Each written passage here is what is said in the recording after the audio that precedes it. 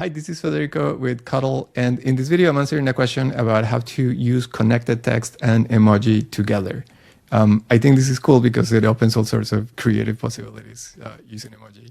So let me show you a couple of examples, and I hope these are helpful to you. So I'm going to get a new component here in the Cuttle editor, and probably the simplest way is to simply grab a connected text component, place it here. I'm going to change the alignment to center. And the way this one works is that whatever you type gets connected, so it can be cut as a single piece. But if you need space in between words, you can always add it just by adding spaces. So in this case, if I add spaces between the two words, I can add more than one space to create a gap here where I can place the emoji that I want.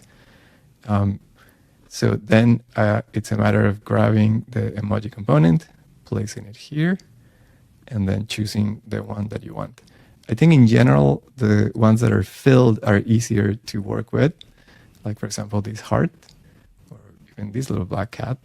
It's completely filled, so it can be kind of welded together easier. So I'm just going to scale it up a little bit and then place it so it's touching both words.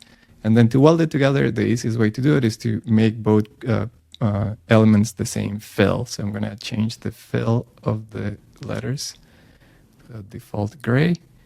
And now I'm going to select both the letters and the emoji, and then I'm going to apply this modifier called Flatten. And this one is really cool because it takes everything that is the same color and then joins it together. And I can show you. If I select stroke result, you know, what we see here with that green preview fill, that's the single object that's going to get cut.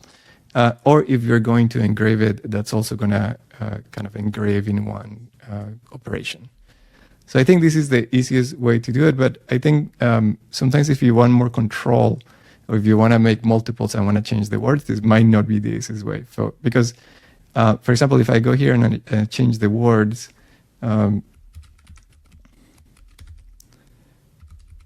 then it might be a little bit harder to, you know, you can still kind of go in and, you know, change the placing of the emoji every time. But if you wanted to make multiple variations, there might be an easier way. So it's not terribly complicated, but I think I would do it like this. I would grab a component, again, the connected text, and I think I would place one, I would make two, one here to the right, and then one on the left, but I would change the alignment to be right aligned. So let me explain why that makes sense to me. So if I change this one and I make it, you see that it kind of expands to the left. And if I change this one, I change it to forever, you'll see that it expands to the right. So I may have a little bit more control here with the spacing between the words and moving the word with the arrow keys.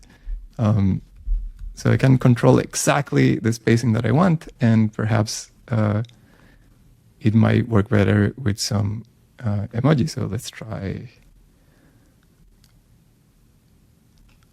I don't know what makes sense. Oh, let's take a turkey. So I'm going to grab a turkey here. I'm going to scale it up.